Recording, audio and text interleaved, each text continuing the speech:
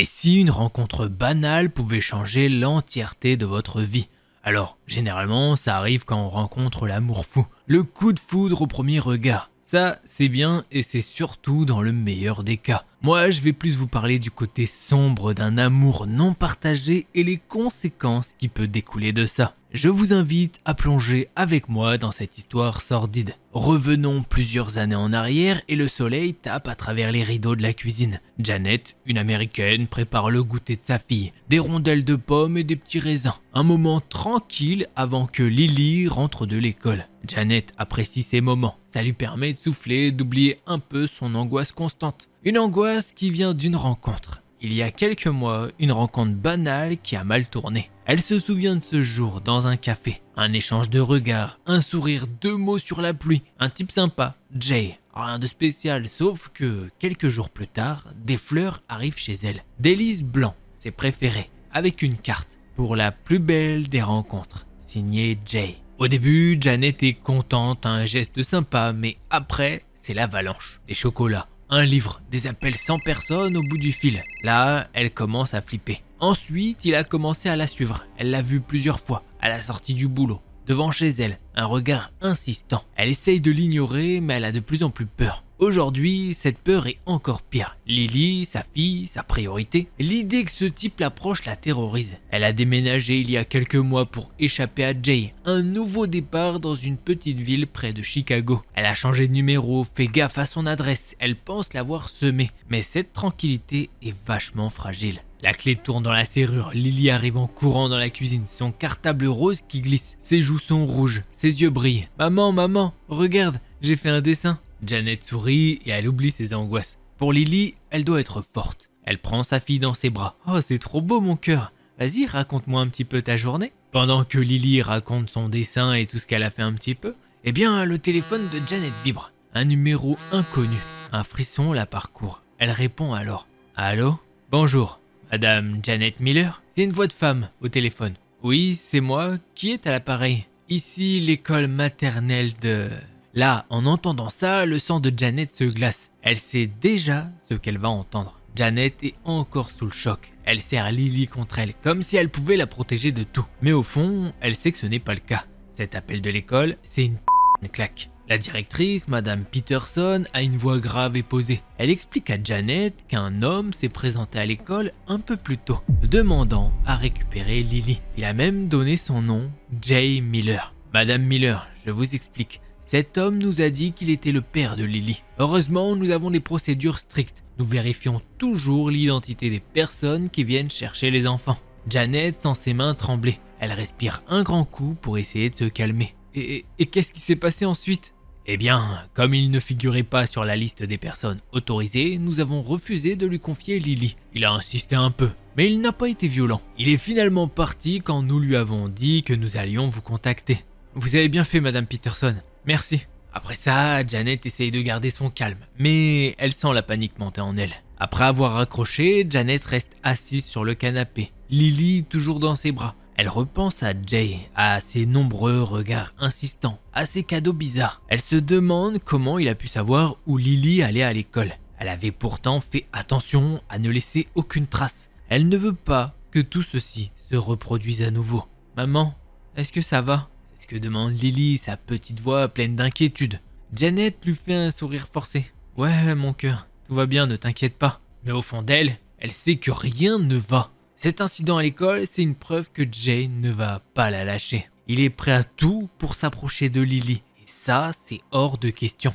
Janet prend son téléphone et compose le numéro de la police. Cette fois, elle ne va pas laisser les choses traîner. Elle va porter plainte. Même si elle n'a pas de preuves concrètes, elle doit faire quelque chose. Elle doit protéger sa fille. Après l'appel de l'école, Janet est sur les nerfs. Elle a déposé une plainte à la police. Mais les flics lui ont dit qu'ils ne pouvaient pas faire grand-chose pour l'instant. Pas de menaces directes, pas de preuves concrètes, juste un type bizarre qui essaye de récupérer sa fille à l'école. Pour eux, c'est pas suffisant pour intervenir. Janet est furax, elle se sent seule face à ce problème. Elle sait que Jay ne veut pas s'arrêter là. L'incident à l'école, c'était juste un avertissement, un avant-goût de ce qu'il est capable de faire. Les jours suivants sont une torture.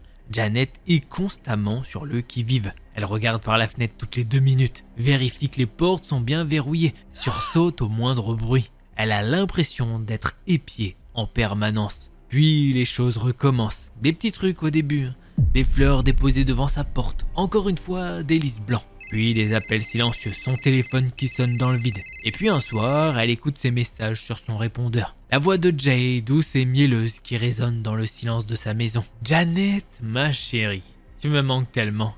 Lily également. Je sais qu'elle demande après son papa. Tu sais, elle a besoin de moi. On a besoin de toi. Pourquoi tu nous fais ça ?» Janet frissonne en entendant ce message. Elle l'efface en tremblant. Elle en a la nausée. Elle comprend que Jay est complètement obsédé. Il vit dans son propre monde où il forme une famille, un monde complètement dingue. Le lendemain, en rentrant du travail, Janet trouve un cadeau sur le paillasson. Un petit paquet emballé dans du papier cadeau rose. Elle hésite à l'ouvrir, elle a peur de ce qu'il pourrait contenir. Et finalement, elle se décide. Elle déchire le papier et découvre une poupée ancienne avec des yeux de porcelaine et une robe de dentelle. Une poupée qui ressemble étrangement à Lily. Janet lâche le paquet comme une patate chaude. Elle a le souffle coupé. C'est trop, c'est vraiment trop. Jay est en train de la harceler, de la terroriser et il implique sa fille. Elle prend Lily dans ses bras et la serre fort. Elle doit faire quelque chose. Elle ne peut pas laisser Jay s'approcher d'elle. Elle doit les protéger, coûte que coûte. Janet se rend une nouvelle fois au commissariat. Elle raconte toute l'histoire à un agent. Un type blasé qui a l'air de s'en foutre un peu, en vrai. Elle lui parle des fleurs, des appels, du message sur le répondeur, de la poupée. Elle insiste sur l'incident à l'école et surtout, elle lui parle de ce qui s'est passé dans l'autre ville. Ceci s'est déjà produit.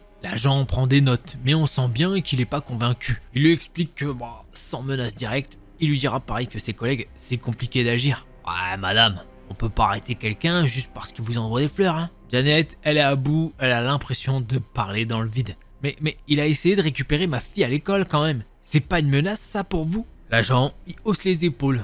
Ah madame, vous savez, on comprend votre inquiétude. Mais bon, tant qu'il fait rien de plus que ça, on va quand même pas ouvrir une enquête. Hein ? On va le convoquer pour un interrogatoire. Mais moi, je peux rien vous promettre. Janet, elle sort du commissariat, le cœur lourd. Elle se sent impuissante. Même la police ne fait rien. Elle est seule face à Jay. Elle a l'impression d'être dans un film d'horreur. Sauf que c'est sa vraie vie en fait. De retour chez elle, elle essaye de ne pas paniquer devant Lily. Elle lui prépare son dîner préféré, des macaronis au fromage. Mais elle, de son côté, n'a pas faim. Elle n'arrive pas à avaler une bouchée. Elle passe la soirée à vérifier les serrures, à regarder par la fenêtre. Elle a l'impression que Jay est là, quelque part, qu'il l'observe. Elle a peur de fermer les yeux, peur de ce qui pourrait arriver pendant la nuit. Cette nuit-là, Jay dort très mal. Elle fait des cauchemars où Jay enlève Lily. Elle se réveille en sursaut, en sueur, le cœur battant à tout rompre. Elle se lève et va dans la chambre de Lily. Elle la regarde dormir paisiblement et elle se promet de la protéger,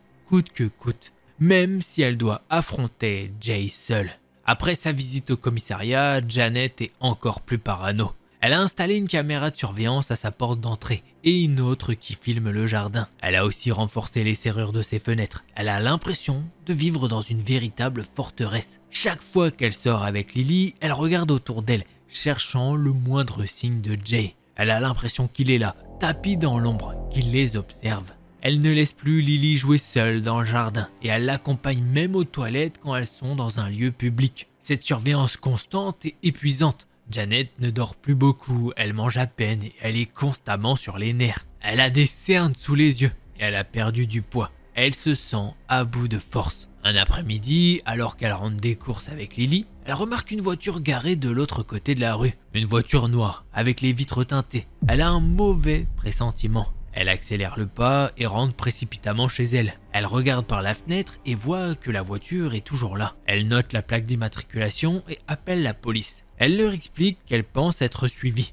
Quelques minutes plus tard, une voiture de police arrive. Les agents interrogent Janet et vérifient la plaque d'immatriculation. Ils lui disent que la voiture appartient à une société de location et qu'il est impossible de savoir qui la conduit actuellement. Janet est désespérée, même la police ne peut rien faire. Elle se sent encore piégée. Personne ne veut l'aider. Elle sait pourtant que c'est Jay qui est derrière tout ça. Il la surveille, il la traque. Il joue avec elle comme un chat avec une souris. Ce soir-là, Janet a du mal à endormir Lily. Sa fille sent son angoisse et elle est également inquiète. Janet lui raconte une histoire et la serre fort dans ses bras jusqu'à ce qu'elle s'endorme. Quand elle retourne dans son salon, elle voit une ombre bouger dans le jardin. Son cœur se met à battre à toute vitesse. Elle attrape un couteau de cuisine et s'approche de la fenêtre. Elle voit une silhouette masculine qui se tient près des buissons. Elle le sait, c'est sûrement Jay. Janet, le couteau serré dans sa main, fixe la silhouette dans le jardin. Son cœur bat à tout rompre. Elle sait qu'elle doit rester forte, pour Lily du moins. Mais la peur la tenaille. Elle sort son téléphone en tremblant et compose le 911. « Police, au secours, s'il vous plaît. Il est là, il est dans mon jardin. Il va me tuer, dépêchez-vous, je vais mourir. » Elle entend la voix calme de l'opérateur qui essaye d'obtenir plus d'informations. Mais Janet est paniquée. « Il est armé, je l'ai vu, avec un couteau. Envoyez quelqu'un tout de suite, je vais recommencer, s'il vous plaît. » Elle raccroche, le souffle court, sachant qu'elle a peut-être un peu exagéré. Mais elle n'en démord pas, elle a besoin d'aide et tout de suite. Elle ouvre doucement la porte d'entrée et sort dans le jardin. Jay se retourne, il a un sourire étrange sur le visage. Un sourire qui glace le sang. « Janet, je savais que tu viendrais. » Sa voix est douce, presque affectueuse. Janet serre les dents. « Qu'est-ce que tu veux, Jay ? Mais je veux juste qu'on soit ensemble, toi, moi et Lily.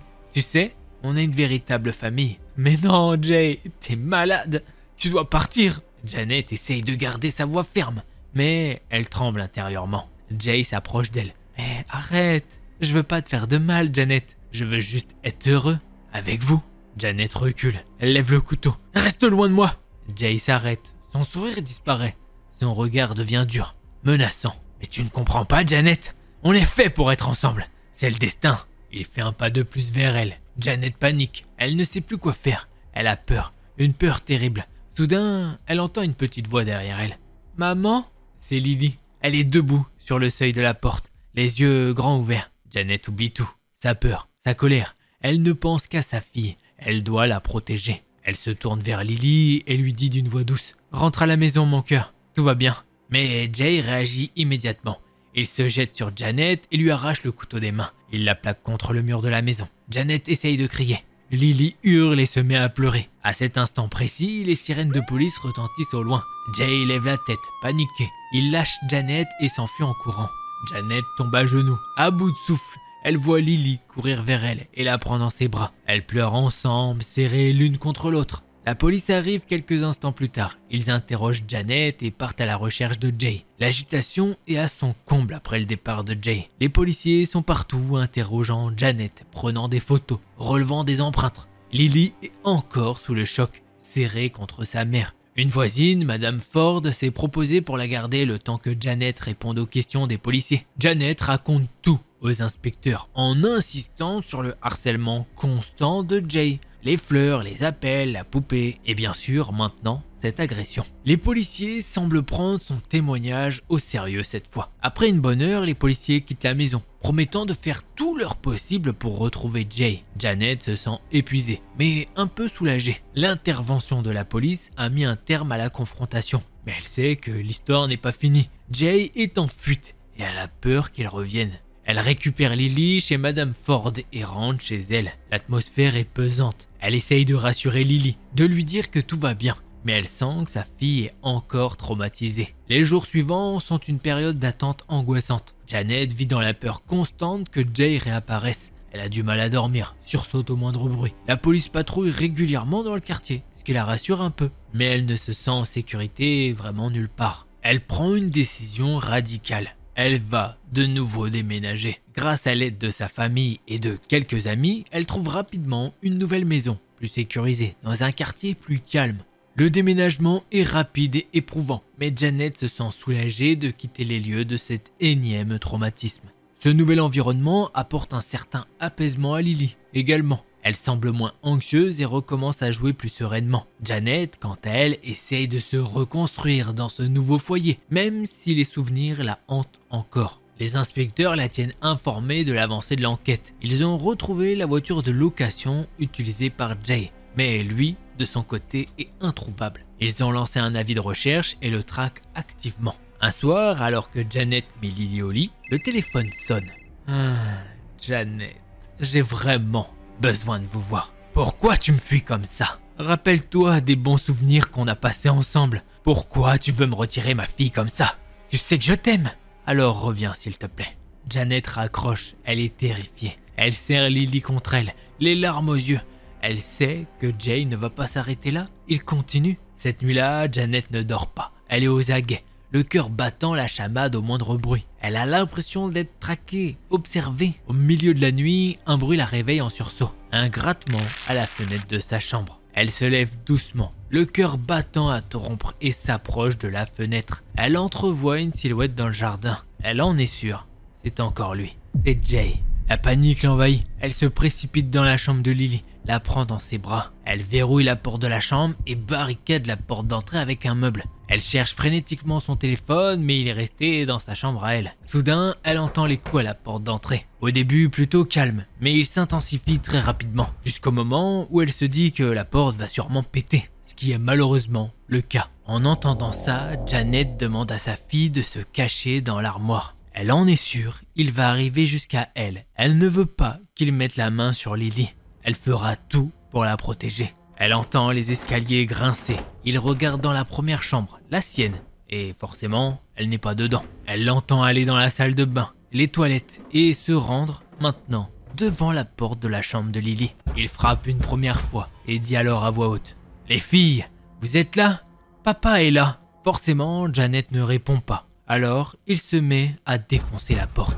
Les coups sont rapides et puissants et malheureusement, la porte ne tient pas longtemps. Le meuble derrière la porte offre une petite résistance, mais ce n'est rien. Il est déterminé. Il se débloque un passage et entre dans la pièce. Ah, ma Janet. Où est Lily, ma fille ? Janet est pétrifiée. Elle recule jusqu'au mur. La peur la paralyse, mais elle sait qu'elle doit protéger sa fille. Laisse-nous tranquille, Jay. Jay s'approche, menaçant. Il est hors de lui. Arrête de jouer à ça. Ça y est, c'est bon. J'en ai marre. C'est également ma fille et je veux la voir. Janet voit une lueur de folie dans ses yeux. Elle sait qu'il est capable de tout. Dans un geste désespéré, elle attrape le premier objet qui lui tombe sous la main, la lampe de chevet qui était posée sur la table à chevet. Jay continue d'avancer et Janet, prise de panique, le frappe avec la lampe de chevet. Jay recule, un peu sonné, surpris, mais sa rage ne faiblit pas. Il se jette sur elle. Dans la lutte qui s'ensuit, Janet parvient à se dégager et court vers sa chambre. Elle prend une feu en dessous de son oreiller. Un héritage de son père qu'elle avait appris à utiliser étant plus jeune. Elle retourne dans la chambre de Lily et voit Jay posté au milieu de la chambre, comme ça, avec un sourire morbide. Terrifiée et à bout de force, elle ferme les yeux et appuie sur la détente. Un coup de feu retentit et Jay s'effondre au sol. Janet ouvre les yeux, horrifiée par ce qu'elle vient de faire. Lily sort de sa cachette. Elle regarde Jay, immobile sur le sol. Janet respire difficilement, le cœur battant à tout rompre. Lily, terrifiée, se jette dans ses bras. Janet, tremblante, retourne dans sa chambre et prend son téléphone. Elle compose le 911. S'il vous plaît, j'ai tiré sur quelqu'un. Il s'est introduit chez moi, j'avais pas de choix. Après ce qui lui paraît une éternité, les sirènes de police retentissent dans la nuit. L'opérateur au bout du fil lui dit qu'heureusement, une patrouille était dans le coin. En quelques minutes, 2 voitures de police arrivent devant sa maison. 2 agents déboulent dans les escaliers et se présentent à elle. L'un des policiers lui parle et le second se rend dans la chambre de Lily. Celui qui a découvert la scène horrible va prendre son talkie-walkie et va demander du renfort, urgemment. Le policier devant elle va alors lui dire « Madame, restez calme, nous allons sécuriser les lieux. » Des ambulanciers arrivent peu de temps après et prennent en charge Jay. Son état est plutôt critique, mais il est encore en vie. Janet et Lily sont conduites dans une voiture de police. Janet est interrogée sur place, puis emmenée au commissariat pour une déposition plus formelle. Lily est confiée aux soins d'une assistante sociale, le temps que Janet règle les formalités. Au commissariat, Janet raconte toute l'histoire, depuis sa rencontre avec Jay jusqu'à l'intrusion et le coup de feu. Elle explique son harcèlement constant dans plusieurs villes, 3 villes différentes. Elle leur explique que c'est toujours le même schéma. Jay se croit en couple avec elle et qu'il est le père de Lily. Elle insiste bien évidemment sur le fait qu'elle a agi en état de légitime défense, qu'elle n'avait pas d'autre choix pour protéger sa fille. Les policiers prennent sa déposition et lui disent qu'actuellement des prélèvements sont faits dans sa maison. Ils ont récupéré l'arme, la douille, les traces de lutte. Ils interrogent également les voisins, même si Janet leur dit que ça ne sert à rien. Elle n'est là que depuis très peu. Après plusieurs heures d'interrogatoire, Janet est autorisée à rentrer chez elle. Elle retrouve Lily, soulagée mais encore profondément marquée par ces événements. Après quelques temps, Janet a été contactée par un inspecteur de police qu'elle ne connaît pas. Il se présente et lui dit qu'il est maintenant en charge de l'affaire. Jay a été diagnostiqué par plusieurs psychiatres. Il souffre, selon les experts, d'un syndrome de Clérambault, peut-être un petit peu plus connu sous le nom de éréthomanie. Et Janet ne donne pas plus de détails dans le thread, alors moi je vais vous les donner un petit peu. Bon, et là je sais, ça va faire un petit peu technique, je vous lis ce qui est écrit sur un site, moi je suis pas docteur, donc forcément je peux pas vous donner plus d'infos. L'éréthomanie, c'est un trouble délirant dans lequel une personne est convaincue qu'une autre est secrètement amoureuse d'elle, alors que c'est absolument pas le cas. Croyance délirante qu'une femme ou un homme lui envoie des signes d'amour cachés. Interprétation erronée de gestes anodins, par exemple un sourire, un regard, une politesse basique, une persistance du délire même face aux preuves contraires. Et une obsession et des comportements inappropriés, du stalking, des messages incessants et voire même pire. Apparemment, la fois où ils se sont rencontrés, où elle a parlé un petit peu avec lui de la pluie et du beau temps, eh bien pour lui, ça a déclenché quelque chose. Et c'est de là qu'il s'est cru en couple avec elle et carrément père de Lily. Autant vous dire que Janet ne connaissait pas ce syndrome, et ben elle veut pas retomber sur quelqu'un qui souffre de ce syndrome. Voilà. C'est comme ça que se termine ce thread d'horreur. Moi j'avoue que j'avais déjà entendu parler un petit peu du truc. Après de ça à savoir si ça s'appelait de l'éréthomanie, je savais pas. Et je savais pas que c'était autant développé. Je pensais que le mec pensait qu'il était en couple, mais tu sais, il voulait être en couple. Plutôt qu'il voulait, mais pas qu'il se pensait littéralement dans sa tête en couple avec la personne. C'est délirant. Voilà, j'espère que vous avez kiffé ce thread et on va passer au second. Jay lève la tête, paniqué. Il lèche... Non, il lèche pas Janet, non. Madame, restez calme, nous allons sécuriser les yeux. Les yeux, n'importe quoi. Bon, avant de commencer ce second thread, eh bien, je suis Delcor pour ceux qui ne me connaissent pas. Et si vous avez kiffé le premier thread, je vous invite dès maintenant à mettre un pouce bleu et à vous abonner, histoire de ne pas louper les prochaines vidéos sur la chaîne. D'ailleurs, normalement, on est sur une vidéo de 3 threads, à peu près. D'ailleurs, oui, j'ai un épi là, je pense qu'il vous a trigger un petit peu. Bon, c'est comme ça, il veut pas se barrer. Donc, n'hésitez pas à écrire épi dans les commentaires et pas épi de maïs. Hein.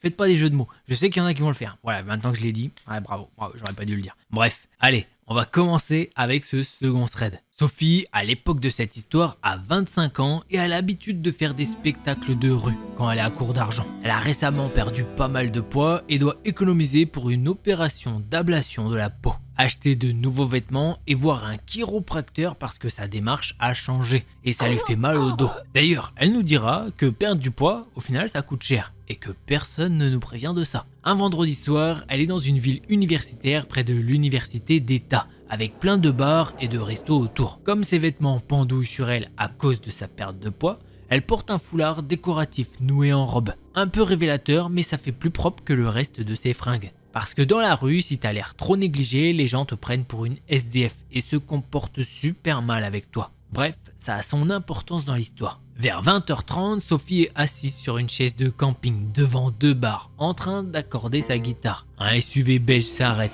et se gare juste devant elle. Le type qui conduit sort de la bagnole et vient lui parler. « Eh, tu veux manger quelque chose ? Non, c'est bon. Merci quand même. Ok, d'accord. » Il remonte dans sa voiture, mais au lieu de partir, il reste là, à la regarder. Sophie trouve ça un peu chelou, mais elle est concentrée sur son échauffement et elle veut rester jusqu'à minuit, environ, pour maximiser son temps. C'est le moment de la fin des diners et du début des sorties au bar. Donc, elle se concentre sur sa musique sans trop s'inquiéter au début. Après un moment, elle se rend compte que le SUV beige est toujours là et que le type est toujours assis, à la fixer. Elle est presque sûre qu'il n'a même pas payé le parc-mètre. Vers 21h30, le gars ressort de la voiture. « Eh, t'as faim ? Non, c'est bon, j'ai mangé avant de venir. Allez, je veux te donner quelque chose. Mais j'ai pas d'argent sur moi. Laisse-moi t'offrir un dîner. » Ça arrive parfois les gens qui n'ont pas d'argent mais veulent juste montrer qu'ils apprécient ce que tu fais. T'offres un petit snack ou un truc à manger. Donc Sophie ne trouve pas ça trop bizarre à ce moment-là. « Ok, si tu veux m'apporter un encas, pourquoi pas ? Ouais, ok, mais viens avec moi plutôt. » Sophie, en entendant ça, elle est méfiante. Non, je quitte pas ma place ici. » Mais t'es sûr, il y a un resto super sympa où je veux t'emmener. Mais c'est trop loin pour y aller à pied, faut qu'on prenne la voiture. Non, désolé, je suis vraiment pas intéressé, je dois rester ici pour gagner de l'argent ce soir. Ah, je pensais que t'avais faim. Allez, je t'invite à dîner. Sophie, de plus en plus frustrée. Non, je t'ai dit que j'avais pas vraiment faim. Si tu veux me donner un pourboire autrement que par de l'argent, une part de pizza du resto d'en face, un soda ou même une cigarette, ça me va. Mais je bougerai pas d'ici. Le gars énervé. Non, je vais pas t'acheter une part de pizza. Si tu veux dîner, faut que tu viennes avec moi. À ce moment-là, il y a plein de gens qui passent dans la rue. Et Sophie commence vraiment à s'agacer. Le mec l'empêche de jouer de la musique et elle sent que ça devient lourd. Elle lui dit clairement « Eh bien, je vais nulle part. J'ai besoin de gagner de l'argent ce soir. Donc j'arrête de parler de ça. » Ensuite, elle se met à jouer de la guitare pour lui faire comprendre que la discussion est finie. Elle aurait probablement dû se méfier davantage. Mais à ce moment-là, elle est juste énervée. Elle a déjà eu affaire à des hommes qui lui proposaient de la nourriture ou un toit en échange de faveurs sexuelles. Donc elle se dit que c'est sûrement ce qu'il cherche également. Pendant environ 1 heure, elle se concentre sur sa musique et parle avec les passants. C'est une soirée plutôt productive et elle finit par presque oublier ce type louche. Jusqu'à ce qu'elle le voie sortir de sa voiture et s'appuyer contre la portière, toujours en train de la fixer. Il est presque 23 h à ce moment-là et elle réalise qu'il est là depuis plus de 2 heures. Là, les alarmes commencent à enfin retentir dans sa tête. Elle a du mal à se concentrer sur sa musique parce qu'il continue de la fixer. Et plus ça dure, plus elle a l'impression qu'il a autre chose en tête que de simplement soudoyer une jeune femme sans abri. Vers 23h30, Sophie comprend qu'elle doit réagir vite. Les rues sont encore pleines, mais avec la fermeture des bars, elles vont bientôt se vider. Elle ne veut surtout pas risquer qu'ils la suivent quand elle rentrera à pied. Quand Sophie se produit dans la rue, elle est plutôt sympa et n'a pas vraiment l'air menaçante. Donc le gars ne s'attend sûrement pas à ce qu'elle vienne le confronter directement. Mais quand elle se sent menacée, Sophie peut devenir très agressive et très vite. Pensant avoir pas mal de témoins autour, elle se dirige droit vers lui, furieuse. « Hé, pourquoi tu me regardes ?» Le type pris de court. Hein ? Quoi ? Qu'est-ce qu'il y a ? Ça fait 3 heures que tu me regardes. Tu prends plaisir à mettre les jeunes femmes mal à l'aise ou quoi ? Elle est en colère et plus elle parle, plus elle monte en pression. Le gars ne semble pas du tout s'attendre à cette réaction. Non. Moi je veux juste offrir un dîner.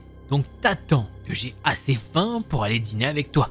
Alors que je t'ai dit non plusieurs fois. C'est pas sympa, c'est flippant. Et puis, à 23h30, il n'y a plus aucun resto ouvert par ici. Non, celui-là est encore ouvert. Il est toujours ouvert. Mais je m'en fous qu'il soit encore ouvert. Je veux pas y aller avec toi, je te l'ai déjà dit. Alors pourquoi t'es encore là à me mater ? Non, tu comprends pas. Il essaye de trouver une excuse, mais il galère. Quoi ? Qu'est-ce que je comprends pas quand tu me fixes depuis 3 putains d'heures ? Et là, il sort une excuse improbable. Non, tu vois, je suis chauffeur Uber. Sophie, sarcastique, fait semblant de comprendre. Ah d'accord, donc t'attends quelqu'un qui a commandé un Uber pendant tout ce temps. Le gars, croyant s'en sortir. Ah ouais, c'est ça. Sophie, coupant court à la comédie. Et tu allais les laisser poireauter pendant que tu m'emmenais au restaurant, c'est ça ? Ce qui se passe ensuite fait encore plus flipper Sophie que tout le reste de la soirée. Dès qu'elle met à jour son mensonge bidon, c'est comme si le gars enlevait un masque. Son sourire disparaît et d'un coup, sa voix devient super sérieuse. En remontant dans sa voiture, il lui balance « D'accord, tu ne reverras plus jamais mon visage ».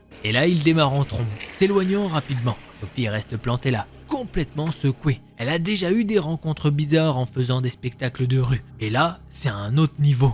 Elle est convaincue qu'il avait des intentions plus sombres, du genre à la kidnapper. Après ça, elle en a clairement marre, plus question de rester dehors. Elle décide de commander un Uber pour rentrer chez elle plutôt que de marcher. Le trajet lui coûte presque la moitié de ce qu'elle a gagné en pourboire ce soir-là, mais elle préfère ça plutôt que de risquer quoi que ce soit. Dans la voiture du Uber, en comptant son argent, elle réalise que c'est le moment de tirer un trait sur tout ça. Le peu qu'elle gagne la journée ne vaut pas les efforts et l'argent décent qu'elle peut se faire le soir ne vaut absolument pas les risques qu'elle prend. Depuis cette nuit-là, elle a totalement changé de job et a même développé une agoraphobie, diagnostiquée par la suite. À cause de cet incident et d'autres trucs du même genre, elle déteste sortir toute seule. Elle commande presque tout en ligne, que ce soit ses courses ou ses trucs pour la maison via des applis comme DoorDash. Heureusement, elle a trouvé un boulot à 3 pâtés de maison de son appart. Mais même pour faire ses courts trajets à pied, elle se surprend constamment à vérifier ce qui se passe autour d'elle, jetant des coups d'œil dans les vitrines pour voir si elle n'est pas suivie. Et c'est comme ça que se termine cette histoire. Je pense que j'ai pas grand chose à dire, le mec avec son SUV beige était clairement flippant. On sait qu'il ne voulait pas juste lui offrir le dîner, hein. Voilà, allez, prochain thread.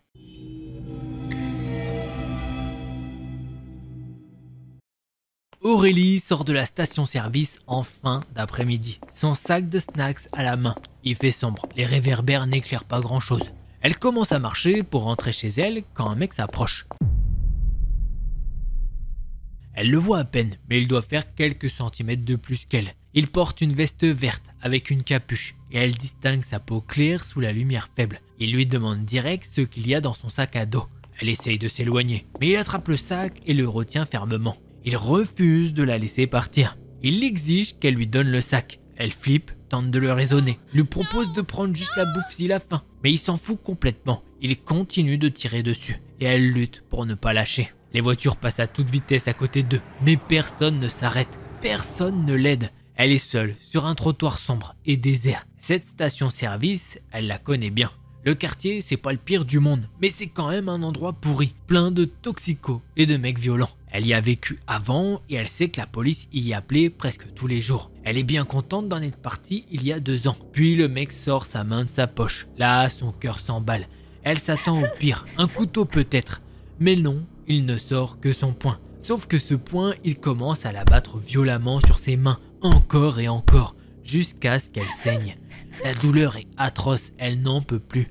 Elle lâche prise et lui tend le sac. Elle le regarde s'enfuir, complètement sonné. Tout ça pour des chips et un jus de fruits. Elle n'a rien perdu de précieux, mais le choc est là. Elle marche tout le chemin du retour en regardant sans arrêt par-dessus son épaule, paranoïaque, de peur que ce taré revienne pour en demander plus. Elle pense à appeler la police, mais elle sait que ça ne servira à rien. Elle n'a presque aucune description du mec, alors elle se dit qu'ils ne pourront rien faire. Maintenant, elle est au boulot, une main bandée, essayant de tourner la journée, malgré elle. Mais au fond d'elle, elle espère que ce type finira par s'en prendre à la mauvaise personne et se fera éclater la gueule. Elle regrette tellement d'être allée là-bas. Elle aurait mieux fait de rester chez elle. Comment, pour un paquet de chips et un jus de fruits, ça peut partir autant en cacahuète? Le monde est vraiment désespéré. Ça fait peur. En tout cas, si vous avez aimé ces threads, je vous invite à mettre un gros pouce bleu et à vous abonner si ce n'était pas déjà fait. Vous pouvez également me suivre sur Insta, c'est cadeau. Clac. Ouais, je vais essayer de mettre un petit peu plus de choses que plutôt que... Ouais, il y a une nouvelle sortie de vidéo. Ça, par exemple, le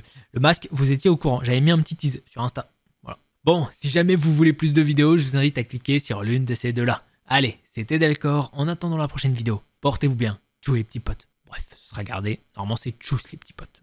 Allez, tchuss.